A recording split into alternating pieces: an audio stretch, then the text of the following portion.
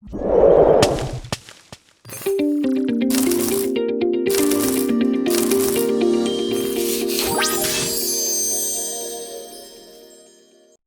number 36. Which of the following symbiotic relationships both organisms get benefited? A. Commensalism. B. Parasitism. C. Predation. D. Mutualism. That's very, very easy. And here is the, yes, of course, the answer here is the mutualism. Yes, both get benefited, benefit exchange. It is mutualism. Yes. So is another diagram here in order to ease the process of understanding. The mutualism, such like this case, both organisms benefiting, helping each other, so they will be helped. Okay, so win-win relationship.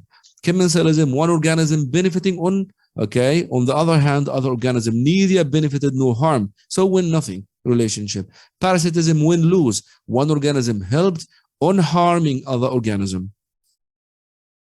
And the same explanation as we did mention before.